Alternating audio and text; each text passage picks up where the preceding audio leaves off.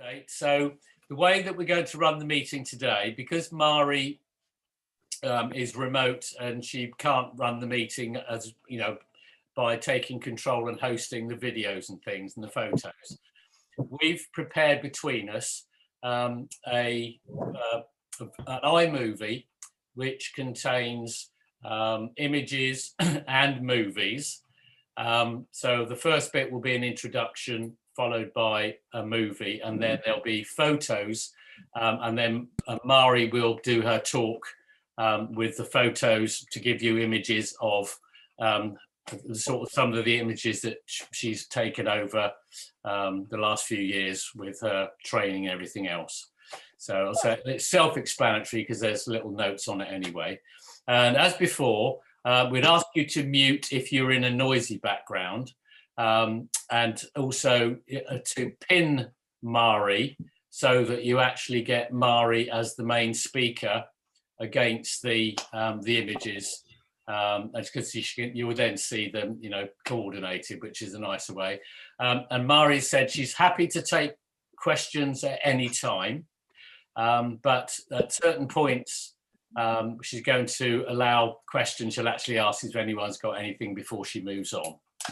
So that's where we are with it. Okay. So I think because we've just after sort of 2 o'clock, so we'll get started. And I'm just going to share my screen and just check with you that everyone can see it.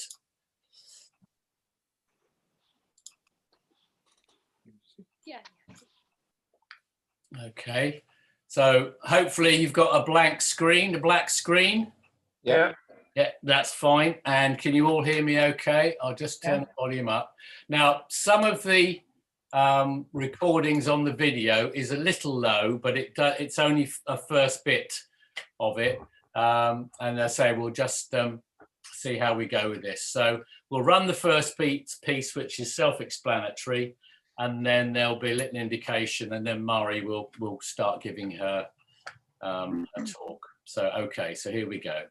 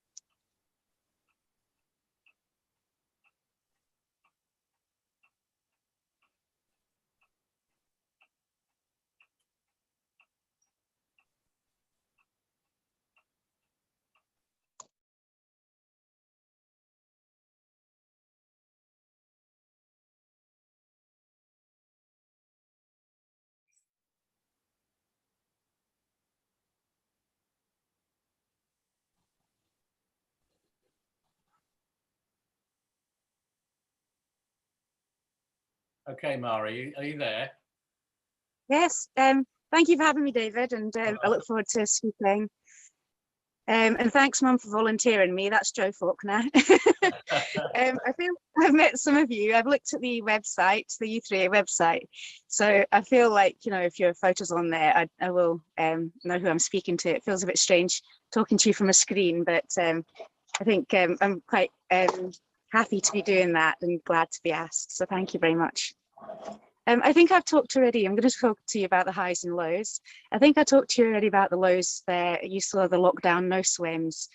You felt a little bit vulnerable because you didn't have anybody with you. So suddenly you were going along there shallow end, and staying close to the edge, and so on. And I was also very aware that I'm a teacher, so I had to be a role model, and for kids to see that I wasn't taking risks and I wasn't taking chances. A lot of mountain leader friends said, "Oh, Marie, you could go for a run in the rough stuff. You're good enough."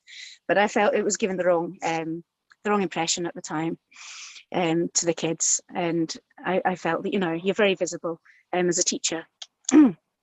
I felt vulnerable at times, so I'll just leave some of these things hanging in case you want to ask questions as we go through. One of my vulnerabilities was I got lost in the fog. So that was after lockdown. I just got lost in the fog. I was on my own. I had to listen out for the cars. Thank goodness there was no lockdown and lots of cars on the road. I got an electric shock one time when I was swimming. So I was just swimming along, minding my own business, and suddenly got an electric shock. And the seal scarers, that really made me feel quite vulnerable, that knowing that seals can be shot and so on, and now there's seal scarers in the water. You just hear a constant click, click, click sound. I think that's to reduce the quota for shooting the seals. I understand why fish farms do it, and these are agreed things, but there's another kind of vulnerability. You feel that you've not got the sea life that you should have in the water with you. I swim in Loch Linnhe a lot, which is a sea loch, in case you didn't know. My highs, definitely the harmony. I talked about, getting a legal high. The natural high that you get from swimming is amazing. Sometimes it's maybe hard to get going in the day. And if you go for a swim in the morning, well, the freezing cold water wakes you up straight away. And you just feel that you're transferring the energy that you feel from the water. It's a complete buzz, you transfer it, or I transfer it to my school day. And the kids sometimes complain that I'm too happy, or too enthusiastic, or too this, that, or the next thing. So that's the only downside, I suppose, for them with my swimming.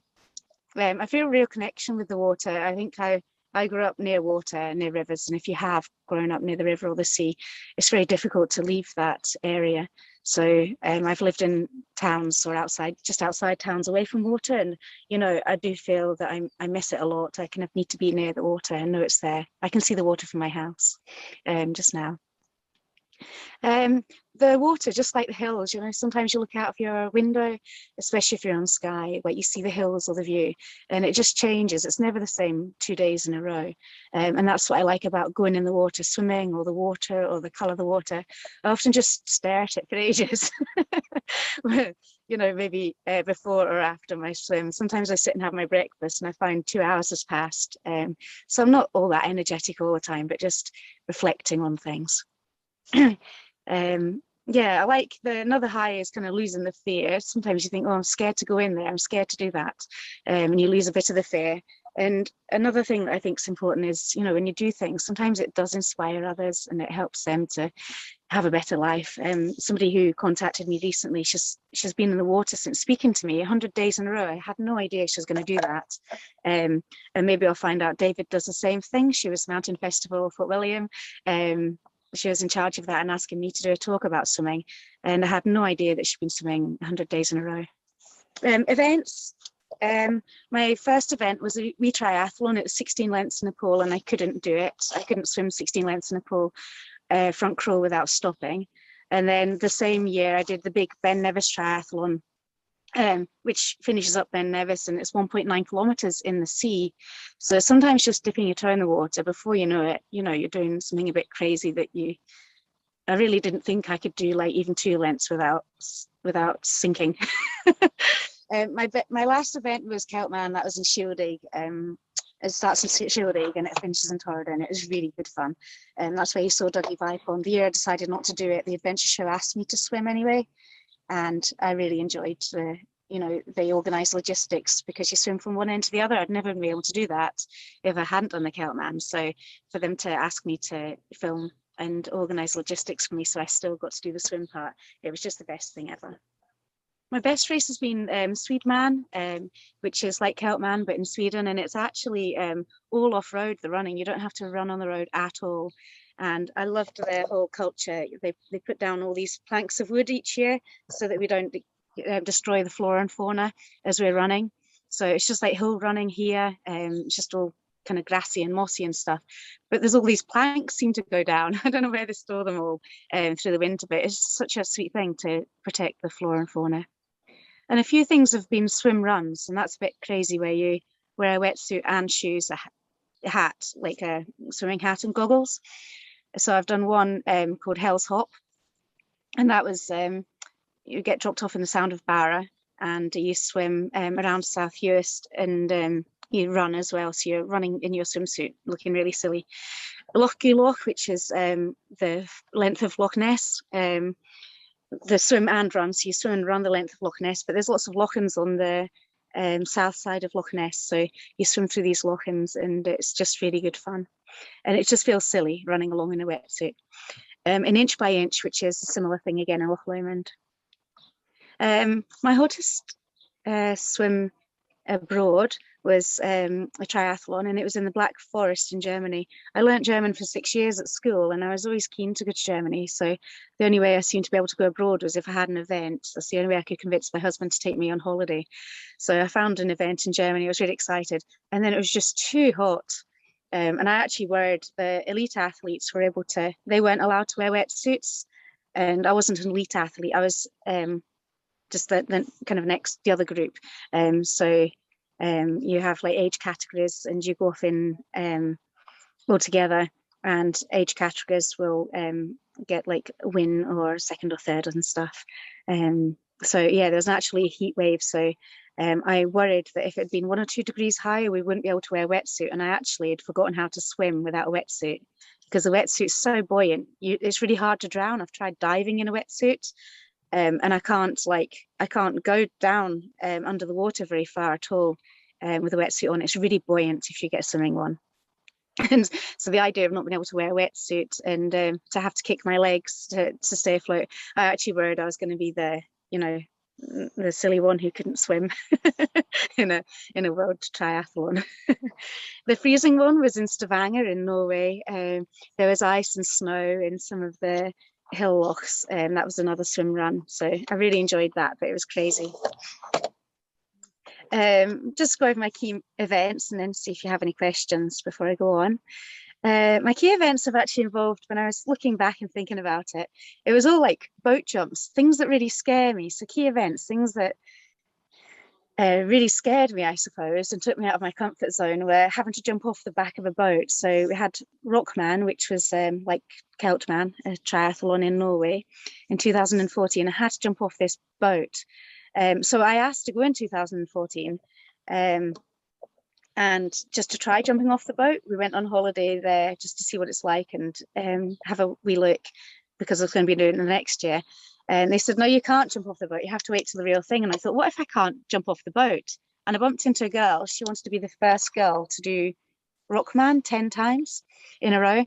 And she said every time they have to prise her fingers off, like she's hanging on the boat like this. And her friends and the organisers, they have to prise her fingers off one by one.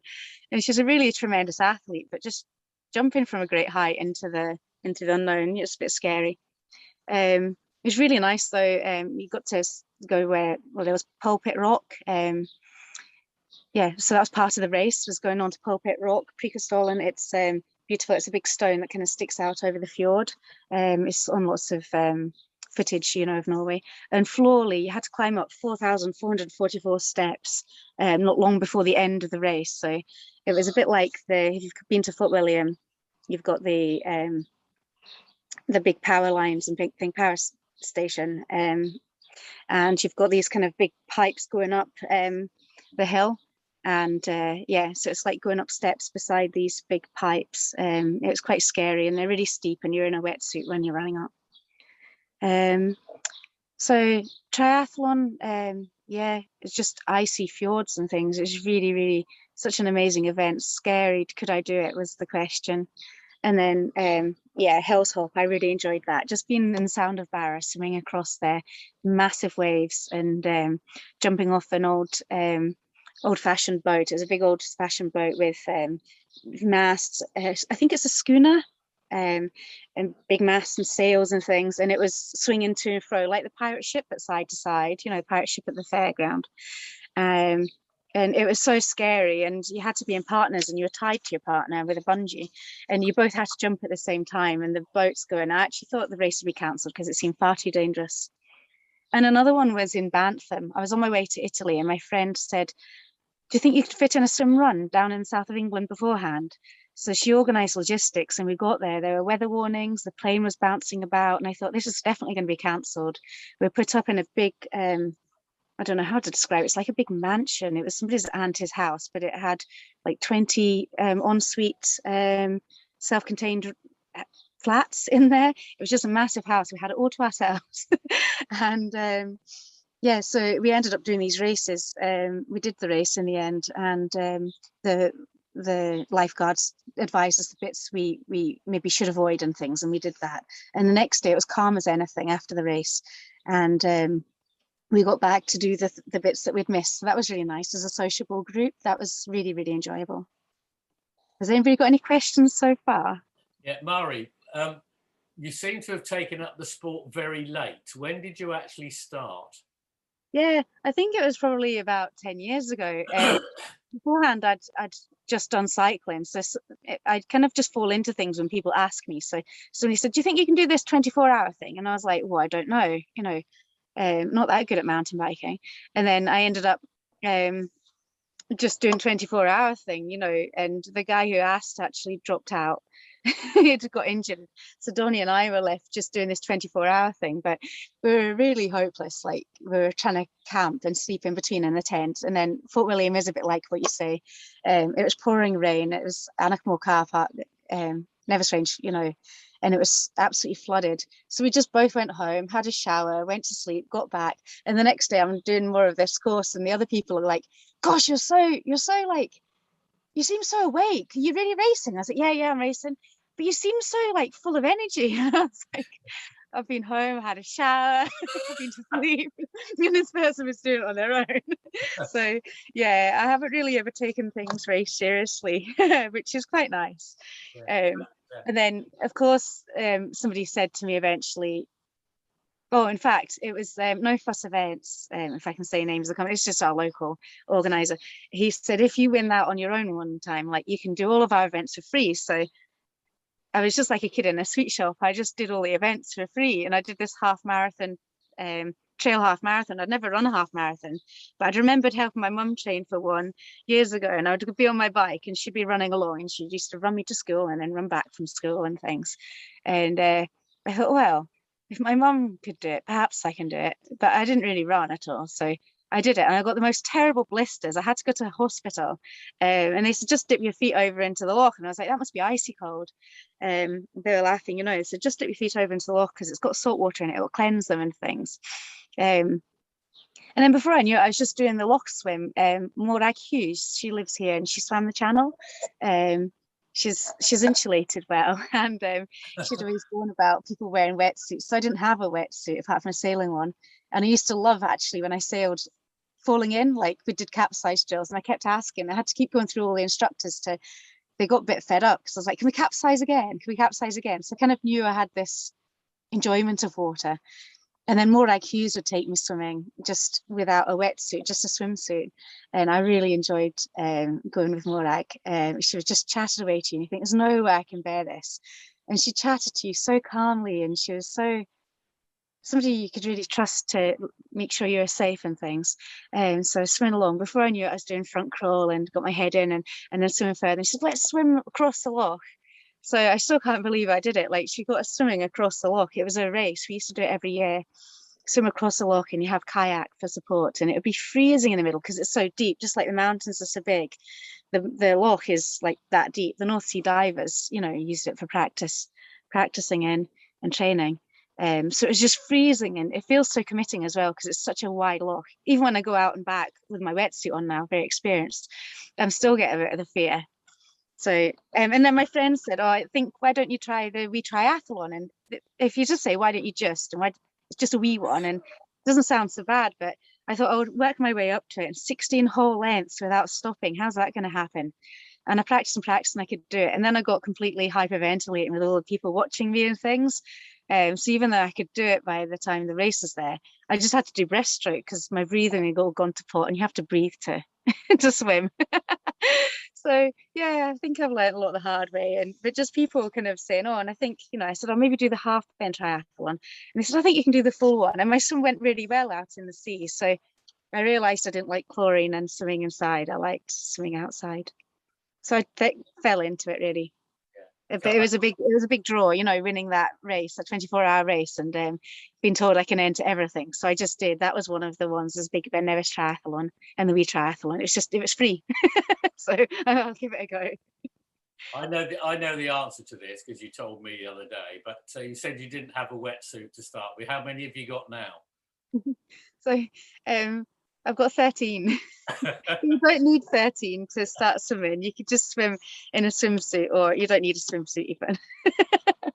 But yeah, 13. I don't know how that happened. I was just trying out different ones, and sometimes I buy one each year for Keltman, like it was like a big treat, buy a wetsuit for Keltman. But I've not done that 13 times, so I don't really know how it happened. I think you had to buy different ones for swim run, so I think it's just been evolving. My suitcase wardrobe's evolved over time. Like, carry on with my talk, or does everybody else want to ask any questions? Any other questions? No, I think, yeah, carry on, Marie, thanks. Okay. My key moments and experiences then, definitely connections. I feel that I connect with the natural world and definitely the sea life. It's just amazing. Even sitting there at the beach, watching, each morning, just watching the birds arriving. They seem to have some kind of a regular pattern going on that I hadn't realized before.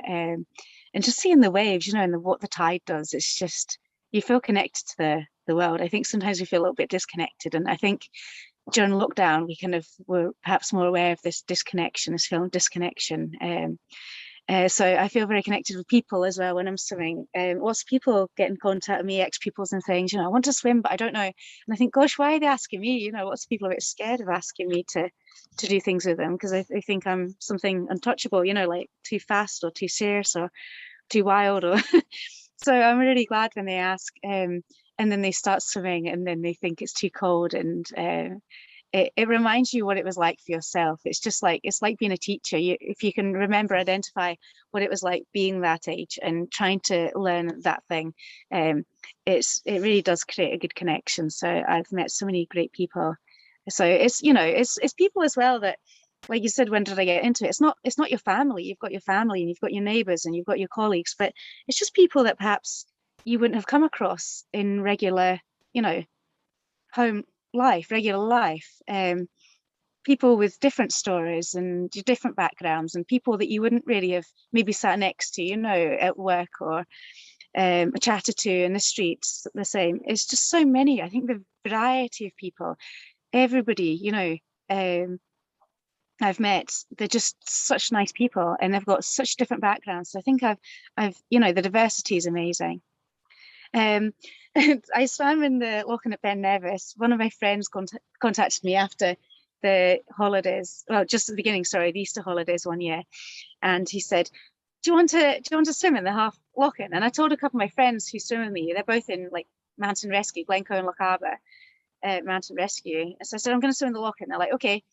And I felt like really annoyed with them, because I got there and it was covered in ice. But my friend's a local, and I think he knew that. So I was a little surprised. So we skated on the Loughin, and then we found a channel and we swam. Before swimming in ice was a big thing here. We swam in the bit that wasn't ice. And I had a little, I'm quite careful with safety and stuff. So I had a little tent and I got changed in that, and I got really warm very quickly. It was good. It was just a little two-person survival tent. So he was fine where he was, and I just got in it, and you warm up very quickly. So yeah, could have been a bit of a dodgy one. And also swimming, running up Ben Nevis in a wetsuit and swimming in it was really funny. And another time I went in my bikini. I didn't run up Ben Nevis in my bikini, but I took off my stuff and I went to my bikini because I'm well away from tourist path. And a snorkel, I had to go in my snorkel, take a snorkel, because I'd lost my camera the previous day with my friend. So my friends had seen me. They're like, who's this person with the snorkel and a bikini on? And it was me. I was just looking for my camera. Another key experience was my mum. One of the last times I was there, she took me to Lochinvar House, and I didn't know there was a Lochinvar House. So we went from her house, we just ran along, and we went into this loch, and it was really lovely. And swam around, and that was freezing. It was Baltic. I think you're tougher in Skye than we are here. I think it's a bit more maybe mild or something here. Yeah, and then ran back again. So that was good. Another thing I really liked doing when I met Donnie, my husband, we went to the Cluny Inn, stayed there for our honeymoon, and we went twice a year since then, like Valentine's and our anniversary. And we'd cycle along 8 miles mountain biking to this bridge that's there. Yeah. Yes, And, perfect timing. yeah, we swam along to there, and the bridge is dismantled now. That's the old road to Invergary, the old road, you know, when you go from Skye to Invergary to Fort William. That's the old road, and that's the bridge, but it's now not there. It's I think it's been properly dismantled. I don't think it just fell down. And we'd always be so excited when we're looking across at that kind of touristy bit, when you see mini Scotland in the loch. We always look across, will the bridge be there? Will the island be there? You know, it was always like we did that for, you know, twice a year for years and years. So it was just so special. It was such a hot day one day, so I just swam underneath. He had this bike, and he was on there, and I swam underneath the bridge and round the island that was there. It was really, really not. That was a special day. I love swimming to islands or around islands and hill walking swims. Another one was, I think it was the year before last, I tried a 1, 2, 5 and 10K swim. It was to raise money for otters. I'm quite fond of otters. You should find out all the facts about otters. They're so cute. They lie in kelp so they don't get washed out to sea and things. They wrap themselves up in it, and they've got something like 100,000 hairs per square inch, which I wouldn't think you could fit that many in per square inch, but there's so many otter facts, so I'm a bit partial to otters. So I decided to make it more difficult. I'd do the 1 and 2K swim without a wetsuit, and the 5 and 10K swim with a wetsuit. So most people would be scared of 10K, but I was terribly scared of the 1 and 2K without a wetsuit. So they were quite key experiences for me, making myself do that, set myself a challenge. I went to Easdale a couple of times to the slate quarries. I went on my own once. I just camped up on Seal Island, and I went to Easdale. Easdale's where it's a World Stone Skimming Championships, and all these quarries are flooded, unfortunately, for the trade there, but in the industry. But it means that a lot of people are attracted to swimming there, and of course they've got the skimming championships. So I camped, and it was kind of like around coming out of COVID times, people a bit wary of each other, and there was one boat and then a family and myself, and they said I can go on with them, it's all right, it's this tiny little boat. And I went across, and I didn't have my card reader, the card reader didn't work for my card, so I got across for free and felt really bad. And then the family adopted me. This man and his 2 children and their friend adopted me practically. So they took me around Slate Quarries, told me the best bits to jump off. I'd never have jumped on my own. And then they took me to this, they told me about this massive stone you can throw in the water. There's a picture of that somewhere, like this big stone. He threw it in the water, and he said, you know, you can't hear the bottom. And this is the quarry of the stonefish. So they're telling me stories the whole time, like I was 5. And I probably act like I'm 13, but not quite 5. And then we got to a cafe, and there were some books and things there.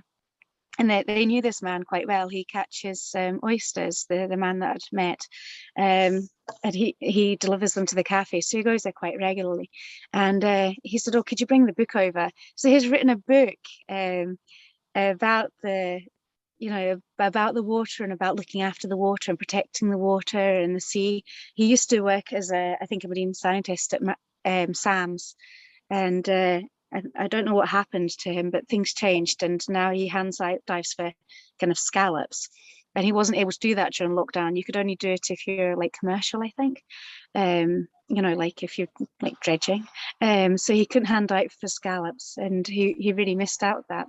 And he'd written this book, and he'd drawn all these most beautiful pictures. So I got the book, and it was lovely. But it was lovely that I'd actually got a tour by the author of this book around all the quarries, where he talks about the very stonefish that, I just felt really, that was a special moment. And I went again recently with a friend, and she was diving in, and the colour of the water was lovely. We just swam in every single loch that was there, every quarry.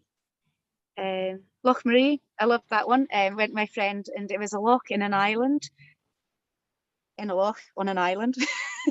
So it's known for, yeah, just being really nice there, Loch Marie. And Morag Hughes, who was a channel swimmer, she swam the length of Loch Marie as well. I don't know how you can do that.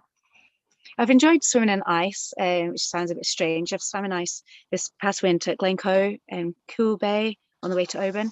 And it was accidental. It was just I was going for a swim anyway. And it was just, I just kept hearing this tingling, and it sounded really nice, like bells. And I was asking my friend, what is that tingling? And she said, we're actually swimming through really, really thin ice.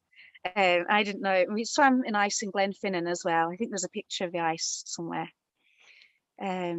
Iceland, I've been to Iceland twice. I had to get a water safety level 3 course for that, so I feel much more safe. And yeah, so Iceland was great. We took the kids there for school with a geography teacher, and it meant that they were able to swim because they don't have thank you, because they don't have any manned swimming pools at all. So the kids just like go swimming and there's nobody there at all. Sorry, that was my postman. She's my ex-pupil. Got birthday card for me. Amputees, yeah, seeing amputees and people with prosthetic legs, that was really, really humbling. Sometimes you think, oh, could I do that? Or that's nuts, or nobody can do that, or Mari's amazing. And I just think back to a few times. There's a man called Jeffrey Glassbrenner.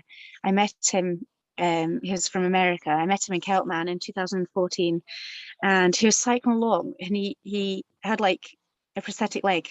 He was just doing the same course as me. I'm going over the mountain that I went over. Like I couldn't do the mountain like with a prosthetic leg. Like it was just nuts.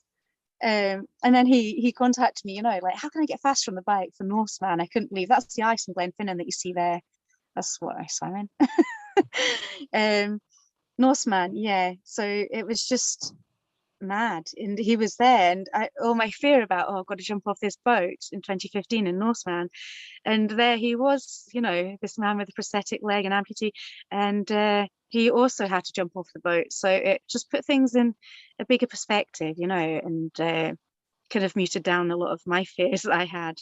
And also in triathlon, if you're doing triathlon championship races abroad, which is so I could get a holiday, of course.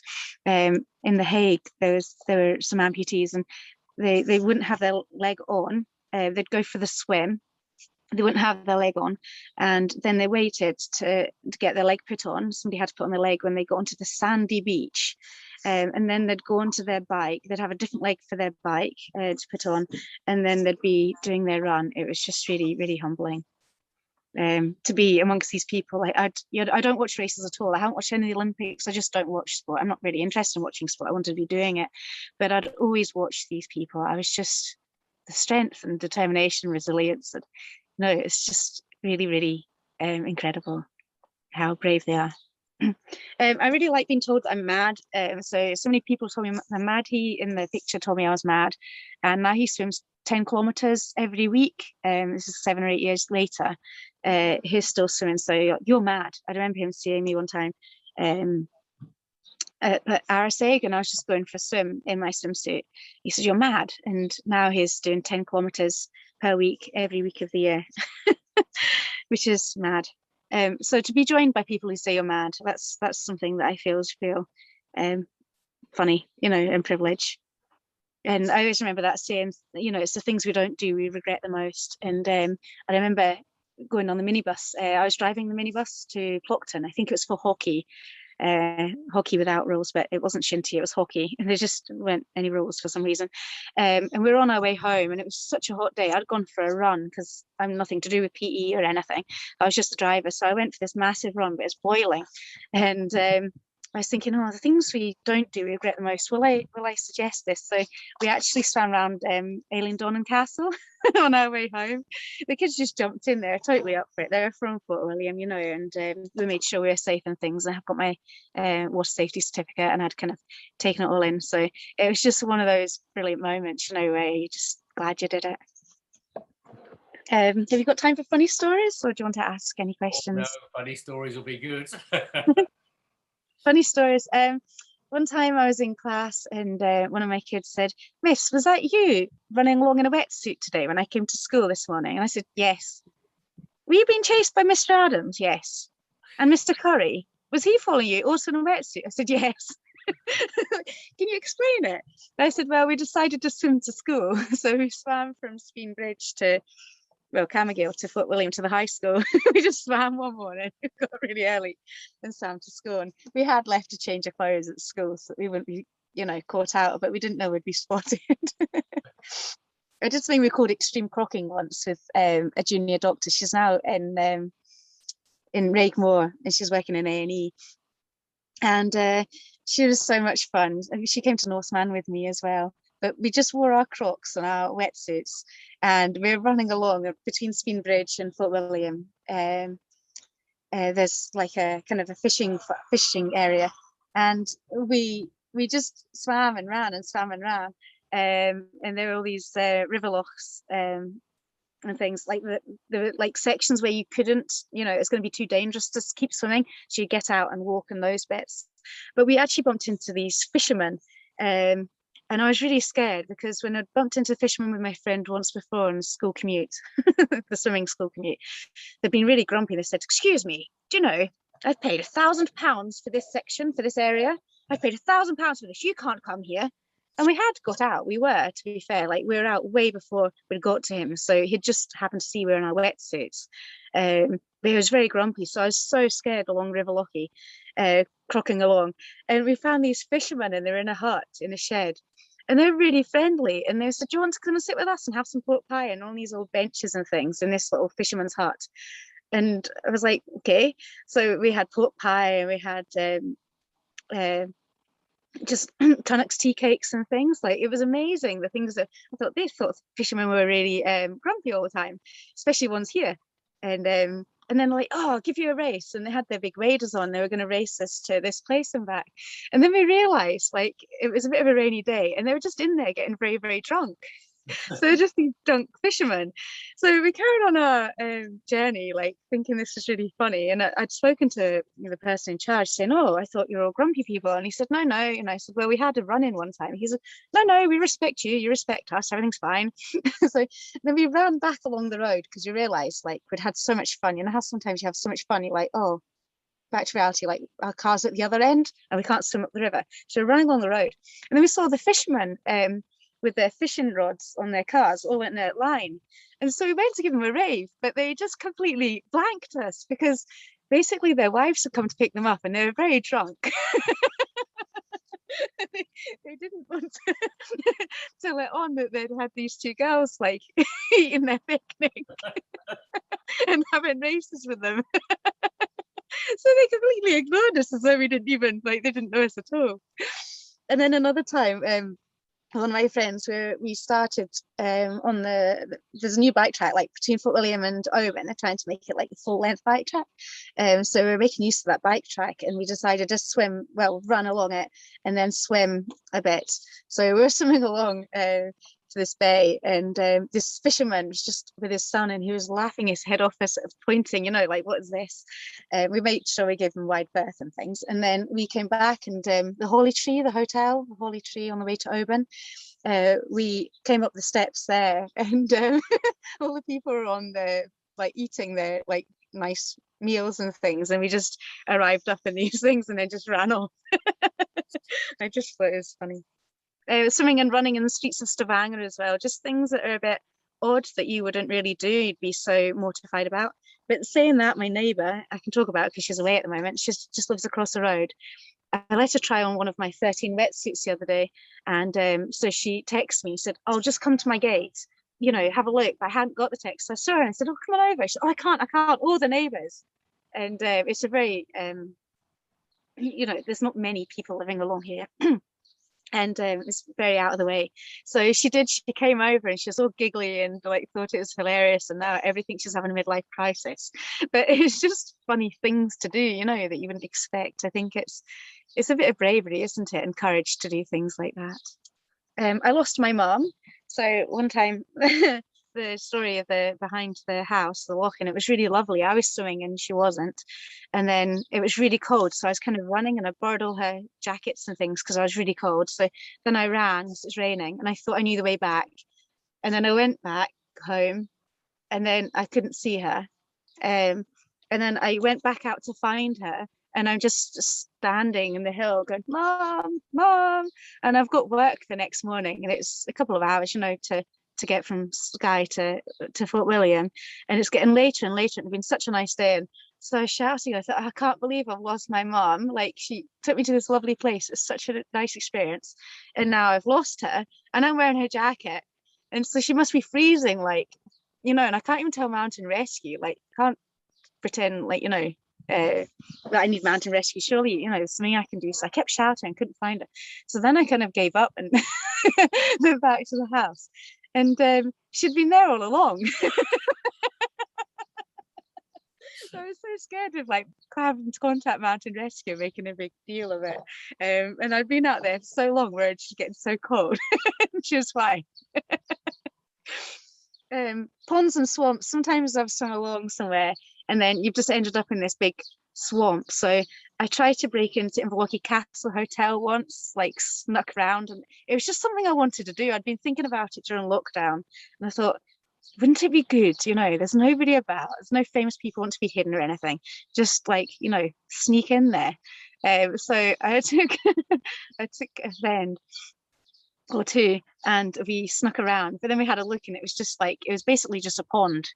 And there's lots of kind of bad stuff in ponds. I've done that over at Ardgour as well. The Corran Ferry goes across to Ardgour, and there's all these kettle holes, which are a geographical feature. They're just like mini lochans, but they're just beautiful. And I swam in there, and I wanted to do all of them. I'd seen, on the map that there's this other one, so I was desperate to do this other one. I just did it the other day, and you jump in face first, but you just land on. Well, it's just a bog basically, so. There's water there, but it just smells, and it's just all, reeds and things. If you're I'm cutting down pampas grass just now, and it's just all the long lengths of that. It's as though it's been sitting in brown water for a very, very, very long time. It's just the worst thing ever. So sometimes I find myself in a pond or a swamp accidentally. Yeah, that happened again at Glenwig. I ended up in a swamp, and Stavanger in Norway. When I look now, I think how silly it was. It's like a big park with ducks and people who walk around the park. It wasn't really a place to swim, but I just see things as there's a loch or a lake. And so I saw this lovely lake and I thought, wow, place to swim. And I was kind of new to it all, so I just kind of jumped in. And there's all these ducks and people. It's just not really appropriate to jump into duck ponds. But I did hear somebody jumped in Glencoe Lochen one day. They're like, oh, that's so silly. It's so shallow. It's good from the voice experience. You can tell once you've done it and made that mistake, you can start judging other people a little bit then. Other things I've done that are really silly. I've done an organised event where you had to swim across the Corran Narrows instead of the Corran Ferry. You're the ferry. You're swimming across on your own to the lighthouse. But I went to the slipway because I was confused, and I was surprised. There's this woman swimming beside me with no wetsuit. I was like, wow, she's so tough. That's amazing. It was just two of us, and I just breathed to my right, and I thought, well, we've kept away from all the crowds and things. And then I got to the slipway, and everybody's way over to the left, the lighthouse that's there. At Craggy Island, Kerrera, there's this triathlon called Craggy Island Triathlon. I've just got a place in it again.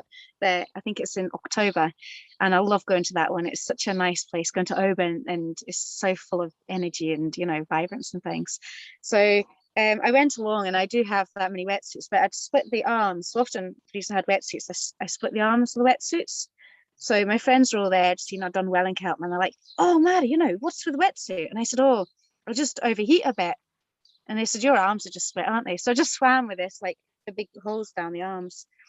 I swam to the right, I was swimming along as well, swimming along to the other side. And I'm quite good at spotting because, from sailing on boats and things, you're good at keeping an eye on what's ahead.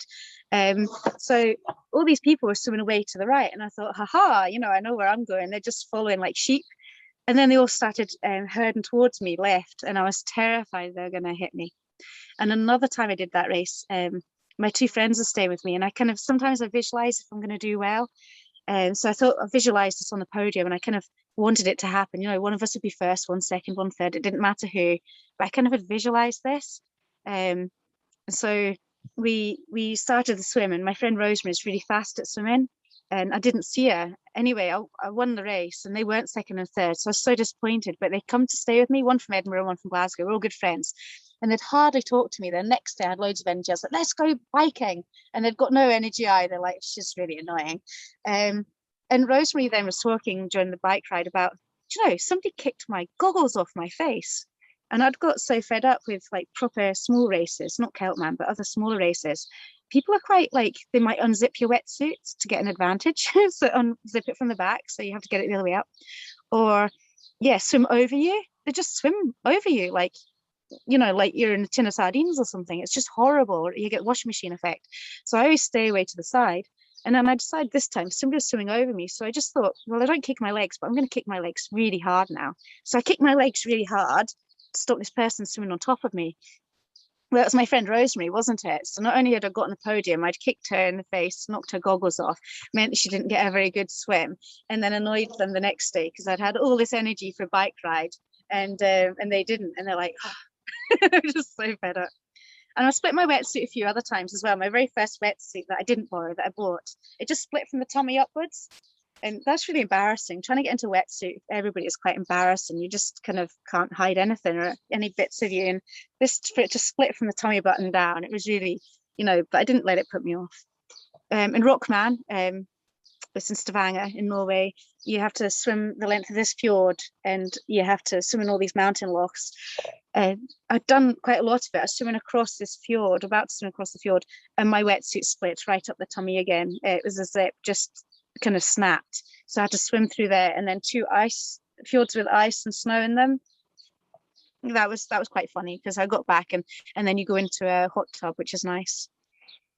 Once I swam to Balnagowan Island, it's just off Cool Bay on the way to Oban, past Kenthallen.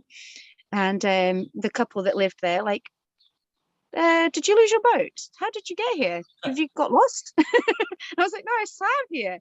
What are you going to do now? I was like, swim back. They were just a little bit. And last couple of things I was just going to say, but there's not time, it's fine.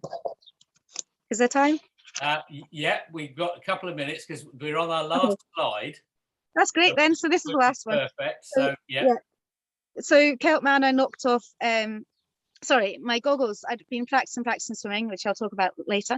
I had my goggles, and I had everything in a dry bag. So it said, please bring the minimum you can, you know, to start, you know, with the whole COVID safety regulations. And I thought, well, I'm taking my pot of porridge because I really want to eat, and it's a lot of faff, you know. So I talked before about logistics, getting from one side of the loch, you know, to the other. So there's two buses, so you go along the bus, and I basically eat my porridge at the beginning of a race.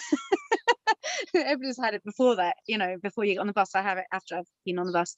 So I had everything. I had like my neck rub, and I was so pleased, and I was like, hey, I borrowed this, and oh, I've got a spare one of those. I had all this stuff for people, and I had it in a labeled bag as well, with my name on it, and it even had a photo. I felt so organized and in control, and I practiced swimming for so long.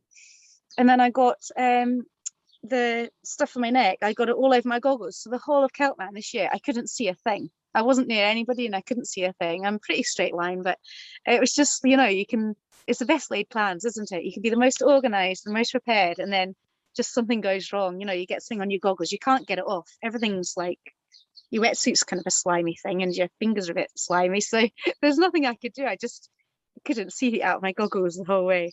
And then I was going to try get a really fast transition. So I got to the end, and I got my wetsuit off, and everybody else is having hot drinks and shivering and things. And I'm like pretty toughened up with this ice swimming and stuff now. I'm living in Scotland.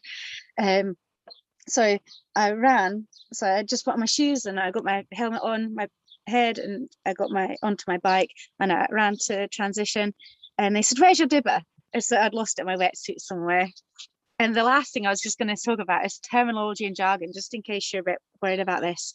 If somebody asks you if you want to skin swim, they're not really asking about skinny dipping. So you should wear something. It'd normally be something that would cover you up appropriately. So skins swimming is swimming without a wetsuit. It's just, but please wear a swimsuit or something. So that's different to skinny dipping. So my friend said, this girl's asked me to skinny dip with them. I was like, they haven't. And 3 times I've got caught accidentally. I've just gone on my kayak, found a nice beach somewhere. So kayaked somewhere quite remote, found this beach, and then realized I was right between the Malay train and the Malay road. It seemed such a secluded beach, but there I was. I'd gone in skinny dipping, and I was right. There was a train going by with all the tourists on it one way, the road the other. And another time, my friend Chris, he came by with a group of kayakers, and he knew me. Hi, Marie, how are you? And he didn't know. I was like, gone again from Glenfinnan. You can go along Lushiel and over to the right. There's some lovely, lovely quiet bays. And I just didn't have my swimsuit on. I just had like, just shorts and t-shirt. I didn't want to have them wet. So I just jumped in. And my friend Chris didn't know, like I was freezing cold, and he was introducing me to every single person of his kayak group, and I couldn't get out. And then the Ben Nevis in the Lochan, my friend and I, Lizette, we were in skins. We weren't skinny dipping, but we were skins. And Finley Wowd turned up, and we were trying to get changed and into our shorts and things. So Lizette was in such a hurry that she got her shorts on inside out and back to front, and her lips were turning blue. And Finn Wowd, of course, is a doctor and a really good runner and stuff. And I said, "Oh, we're swimming here." He said, "Yeah, I heard you. I thought I'd come over and chat to you." So just those kind of awkward moments where you just thought, I'll go for a quick swim and then carry on running. And then somebody has you chatting, and you're getting colder and colder and colder as time goes by. So yeah, that was it. And I finished that bit. Excellent. That's brilliant. Okay. Anyone got any questions? Because we're going to just move on now to a couple of videos. One which is from the adventure show, and then one which is a training video. And Marie will just talk about that afterwards. So anyone like to say sorry? Yeah, I've just got one question, Marie. When in October is your October one open? I only ask because we're going to be open at the beginning of October. We may see if it's in October. Oh, that's amazing. I just have to have a quick look on my phone. I've got it in my calendar. Okay. Yeah, so I'll just have a look. I'm so excited to get a place because my friend said, "Oh, it's the Countman crew, just contact them." But I just don't do that. I don't want to have any special favors or anything. So I saw it as full, and I was like, "Oh, what a shame." It's actually the 2nd of October. It happens on the 2nd and the 3rd of October, Saturday the 2nd, and then the 3rd. But I've always gone on the Saturday. I've always taken the Saturday date. I think we go on the Sunday. Yeah. Well, we may see you there, so we'll look out if we do. That'd be amazing. That'd be great to see I'll you. let you know our dates when we'll be there, Marie. Yeah. I'm normally running along where you see me anyway, aren't I? Somewhere. It's the only way to recognise me. There's Maddie. Okay. Is anyone anything else for now? As I said, we've got some more question time at the end. Okay, so I'm just going to let this image run through. What's the story behind this image, Marie? Is it? Yeah, so Paddy, I bought a couple more wetsuits because I'd ripped a whole lot, and I just do stuff all the time. I'm out from 6 a.m. to about 8 p.m. every day.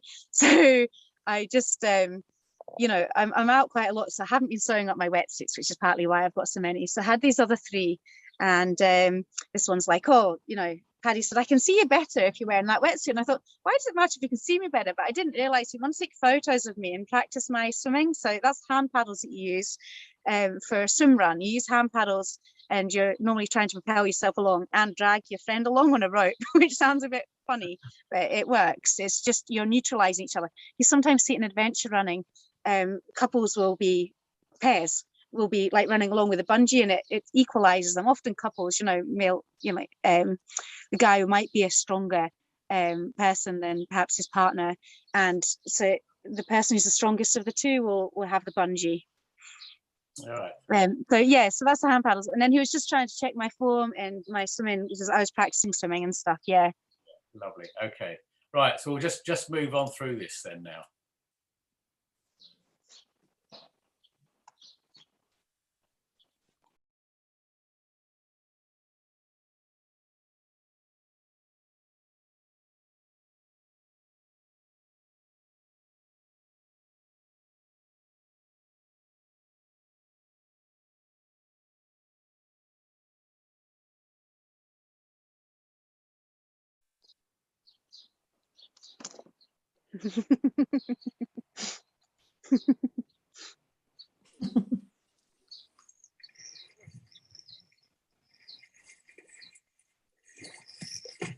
Did you want to talk us through these little series, Marie? Yep.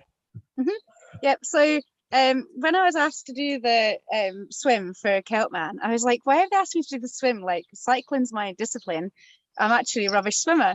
So I didn't really have like lessons in how to do front crawl or anything. I've just always swum, and I didn't kick my legs, you know, when I swim as well, because it kind of, your legs are buoyant. So the reason you kick your legs is to keep your legs up, and you don't need them up. You don't need to be kicking them and keep them up, because the wetsuits keeps them up for you.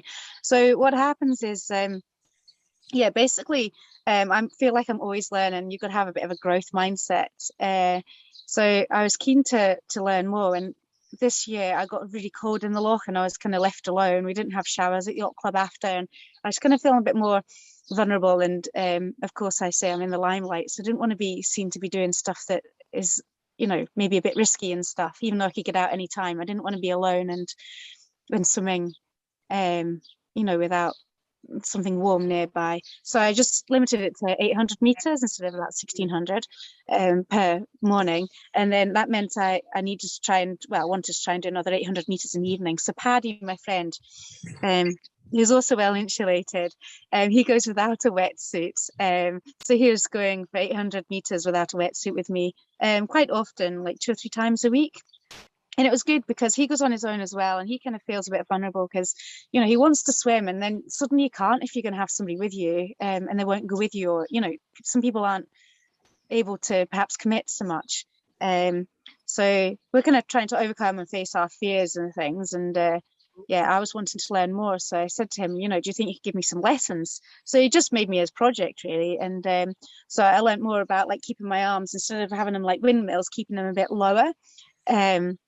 Having earplugs for the reason of balance, having good balance. You saw when I came out of the Keltman swim, I was a bit wobbly. I'm always wobbly. So having earplugs helps with the balance system, and keeps you warmer, apparently, as well. And kicking, I actually was practicing kicking. So sometimes we put things on my feet so that they were just floating anyway. They were a bit higher. When he videoed me, I could see that even though your legs are buoyant, they're not buoyant enough. They're still dragging along behind you. You don't want any drag. So yeah, I did all of this. And I felt that I wasn't tired out when I was swimming. I was always tired out in the past. So I could swim the same distance, the same speed ahead. So, you know, I did learn a lot from Paddy. Excellent. Yep. Super. Yeah. Okay. So we've now come to the end of the session with you know, the videos, everything else, which obviously has contained so much. I mean, the enthusiasm. But we feel like we've done a triathlon ourselves, I think. I'm sorry. No, please don't. I have to be in a darkened room for a wee while. Yeah. So I'm going to stop the share now, and then say we'll just open it up now to everybody else. So there we go. So I'll just make that bigger so I can see you all. Okay, well, can I say thank you very much to Marie, because that was just immense. So brilliant. Absolutely fantastic. Thank you. Thanks very much for having me. Just oh no, well, thank you, because it's just it's been enriching, and just seeing and, you know, getting your feeling for the outdoors and the swim. It's just wonderful. So That's brilliant. Thanks very much. Yeah. So any questions, anybody? Yes. You were talking about doing a swim run and wearing a wetsuit and Crocs or something like that. I mean, you can't really run in Crocs though, can you? And what did you do with them when you were swimming? We just called it extreme crocking. I was trying to think about that the other day, because once my friend lost her Crocs and I put them on my hands, and sometimes I've got the tides, like I've underestimated how high the tide will come up. You know, I knew it was coming in, but I didn't realize, like, so a few times my Crocs have floated off and I've had to go and collect them on my hands. It's really hard. So yeah, on my feet's where I kept them, and it actually keeps your feet more floaty. So there's actually a GP here who's really a good sailor and a good swimmer, and he talks quite a bit about swimming, and he said that he wears these kind of like not Tevas, but you know, like sandals on his feet that are quite floaty. So yeah, Crocs actually work better than trainers because Crocs float on your feet. Yeah. But they're not easy to run in. No, you're right. It was a bit silly. It's extreme crocking. We called it extreme crocking. It was a bit mad. But then the fishermen were madder. Yeah.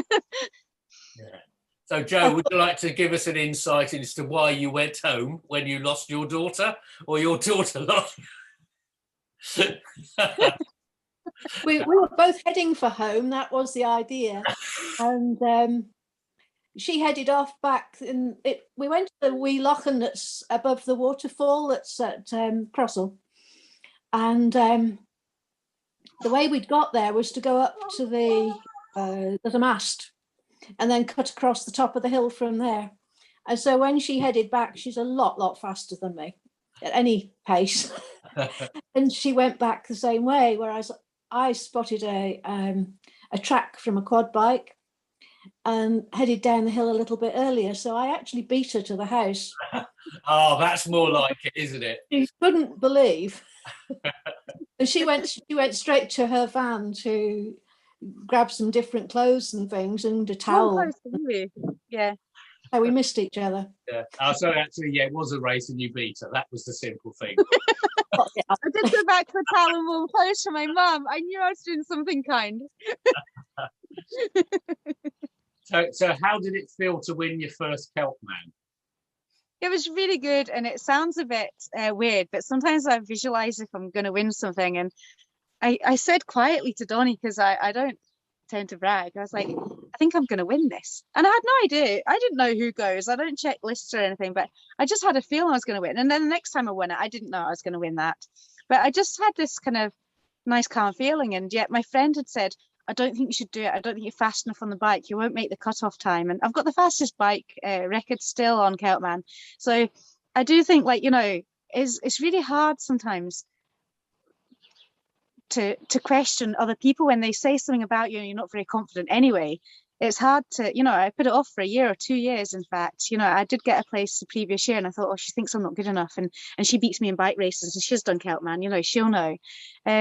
So I just think something that I've learned from swimming is that we're all always learning, you know. And this girl wasn't trying to be horrible. She is a good friend of mine, and I did beat her on the podium that time at Kerra. But but to challenge other people's beliefs and your own beliefs, you know, and face those fears, you know. So what if I didn't meet the cutoff? So I just went thinking I wouldn't meet the cutoff, and yet I kind of knew that I was going to win that one. It was really, really odd. Yeah, so it's a nice feeling winning, but I'm always delighted if other people win. Like, I don't really. The more you win things, the more you're in the limelight, and the more you get put on a pedestal, and the more you're going to fall off it.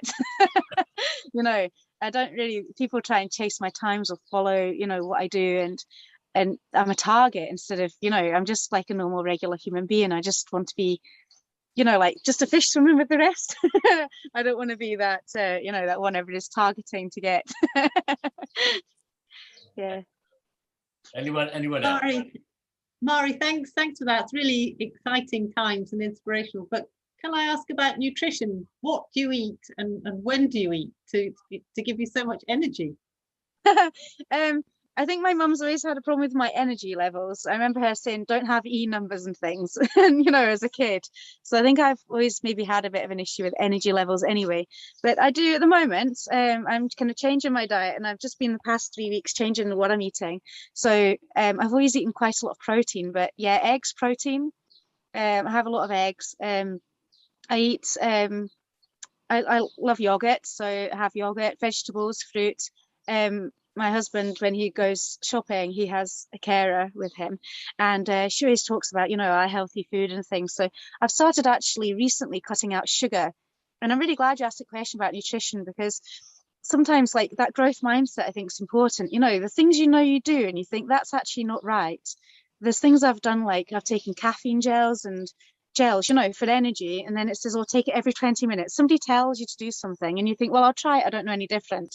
And then you think, I'm sure that's wrong. I remember saying to doctors who compete, and lots of doctors do this, like age group world triathlon stuff, and I said, surely we're bringing on early onset diabetes, aren't we? You know, like having all this sugar. No, we're fit, healthy and active. And I thought, but what if we did? And what if something happened? And what if I wasn't always active? And then I'm used to this kind of thing. And then it's funny, I bumped into a doctor just a couple of weeks ago and offered him hot chocolate for my ghillie kettle after, you know, the Kelly kettles, camping ones, after I'd been for a swim. So I'd been for 40 minutes in my wetsuit, passed him and not noticed, apologized to him and said, would you like hot chocolate? He'd gone for 40 minutes in just his trunks. It was amazing. And so he said, oh, come and sit beside you. I'm just going to warm up and things. So he came and sat beside me and then gave you a whole lecture on hot chocolate, how bad it was for you, and dried milk and how bad it was for you. And it was all the things, you know, I felt like I was getting telling off from my parents or something. It was all the things, you know, you shouldn't do that you have been doing, but you've always kind of had it question in your mind, but nobody's like, you know, brought you up for it. So I was worried about caffeine and I was worried about sugar.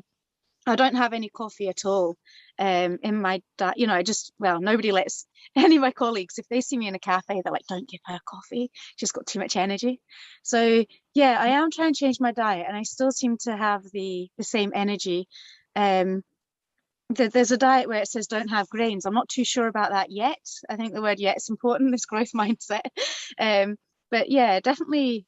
And I've injured my legs, so I've scalded both my legs. I'm out of action just now, so I'm a little bit grounded like I was in lockdown, and I can't swim, bike or run. So I'm gardening like mad. And what the doctor said to me is, oh, you look like you'll heal quick. I was like, how can I look like I heal quick? And then nurses who aren't like doing my dressings, they're different nurses who I know they're not coming in contact with each other. They're saying, you look like you heal quick. I was like, how do I look like that? And the advice has always been have plenty of protein, and I love eggs, you know. They're quick food as well. It's like boil an egg or poach an egg.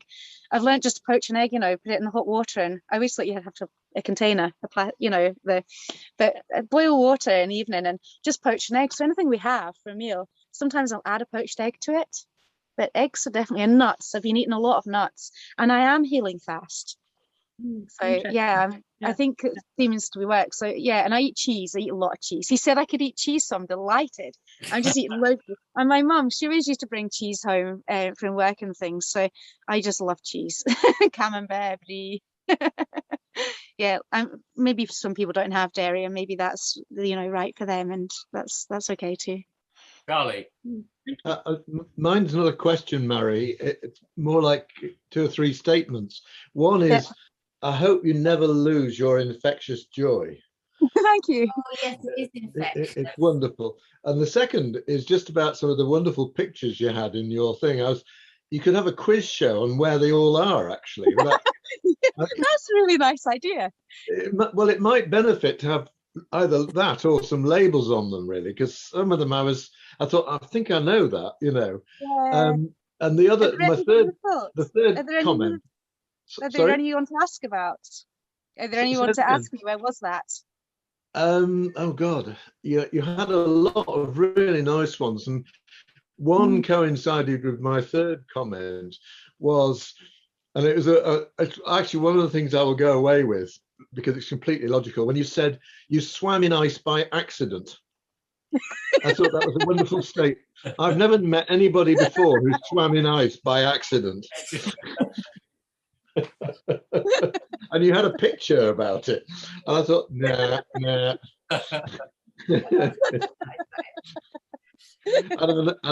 I do know. I recognise one of the things on Ben Nevis. The lock you'd swum in on Ben Nevis, which I know quite well.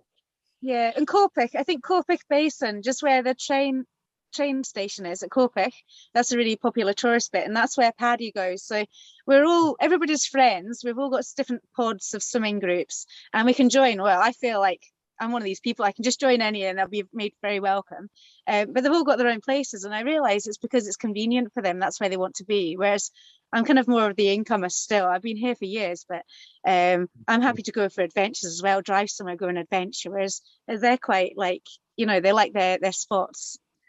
Yeah, so Corpic Basin was where a lot of the pictures that Paddy took were, you know, with the bend behind, and the wee pepper pot, we call it pepper pot, the entrance to the canal.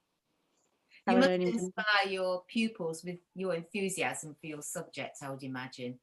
I would imagine classes are fun. It was so funny. There was this girl one time, my boss came in, and there's a girl who's been quite rude to me. So I was just going to wait and then have a conversation with her quietly. you know, she's maybe having a bad day. So he pulled her out before I could do anything about managing my own class, and took her downstairs. And then I got this email from him. He said, "You wouldn't believe it. She's complaining that you're just so happy all the time. It's really annoying." So maybe small doses of me's better. Like small doses of everything's fine, isn't it? But me all the time, I don't know how Donnie's coping with me right now, because I'm at home all the time with my bandages on, you know, my legs. And it's just, he said, "That was nice sitting with you on the patio." And I was like, "Thank you." And then he gets taken out for respite, like a couple of hours twice a week. And he didn't invite me. I said, "Can I come on your walk with you when you have respite?" But he didn't invite me. So I think it's just being polite that he likes my company. He just wanted 2 hours of peace and quiet. I'm dying to ask how you scolded your legs. Was this some other extreme activity? Yeah, it was funny. We've got this amazing woman, Bridget Thomas. So I was supposed to swim with my couple of friends, and I'll get to the story in a minute, but I was supposed to be swimming with a couple of my friends, and I thought, I can't swim with them, but I'd like them to meet each other, and I'll watch them swim. You know, I can watch from the side, because I'm just as happy doing that. I don't have to swim every day. And so they met up, wore my wetsuit, and went out. And then I bumped into my friend with a group of kids in kayaks, Bridget Thomas. And she's an amazing woman. Anything, you know, if you think you want something to happen, like say I want an outdoor school, she's like, "Okay, let's do it. We'll get the funding." She's just incredible. Anyway, she's recognized me straight away, paddled over to me. And I said, "Oh, I burnt my legs, or scolded them." And she said, "Oh, I wondered if it was extreme skinning." And I was like, "Oh." So quick and witty. And it was that Gailey kettle. It was the Gailey kettle that got me introduced to that doctor in Glencoe, who was talking about nutrition just a few weeks ago. And I had the Gailey kettle, and I was demonstrating how not to use it in my friend's garden. So we'd been for a lovely swim, and we'd been for a bike ride. And then I wanted to show the Gailey kettle, but it was a really, really hot day. It was last weekend. It was boiling. And so I had the camembert, and I had it in a little pan on the Gailey kettle. The flames come up the middle, and it's a double skinned flask. Anyway, for some reason, I didn't remove it, put it to the side, and then pour it. I just poured it. So as I was pouring it, I got my hands in the flame. You know, I've used it for years, and I love it, and everybody I know like has one now. Like I bought them, and it went right over my legs. So and the blister's horrible. But you know, as they say, I'm gonna repair quickly. And people think I can't cope with downtime, but I am coping. I've fixed those wetsuits I needed to fix. You know, I've always got jobs to do. So I've got a step that I've brushed and cleaned, and I need to repair it, cement it over. A door I've sanded. My mum would be so proud. A door I've sanded down, and now I've cut down some pampas grass, and I'm doing the side garden. But friends are still running around buying plants for me, you know, to fill the spot. So I think people know me well enough to think, well, let's buy the plants for her, and then she can be digging the holes. And they're just kind of I suppose mothering me a little bit, Joe, which is nice. Yeah. Joe, I think you ought to invite Marie up to stay for convalescence. You'll get all those jobs done at home. That's the very thing I was trying. I can't drive. Yeah, her definition of downtime is very different from anyone else's, isn't it? So the garden's looking amazing at the moment. Yeah. Have you been involved in any sort of sport, Joe? Me? Yeah. Me? Yeah. Not for quite a long time, I suppose. What did you used to do then? Like I said, when she was about 5 or so, perhaps, I'm not sure how old you were, perhaps a bit older than 5. I started running because I was in my 20s then, and realised how old I was feeling in my bones and legs, and I found I was very stiff when I just wanted to run a little bit. I think I just started studying, and I realised that walking her to school and then walking home again was taking up quite a lot of my time. And I thought, well, I could save time and get fitter by jogging back. And then I realised that I was so unfit, and I didn't like that. So I gradually worked on it, and like she said, I moved up to her on a bike going to school, and then after school she would come around and do training with me, and she would carry a bottle in her little basket on her bike, and we'd do a few miles afterwards. So that I just trained up to do a half marathon, but I was running a reasonable distance, but slowly. So that's about it, I think. But I swim a lot.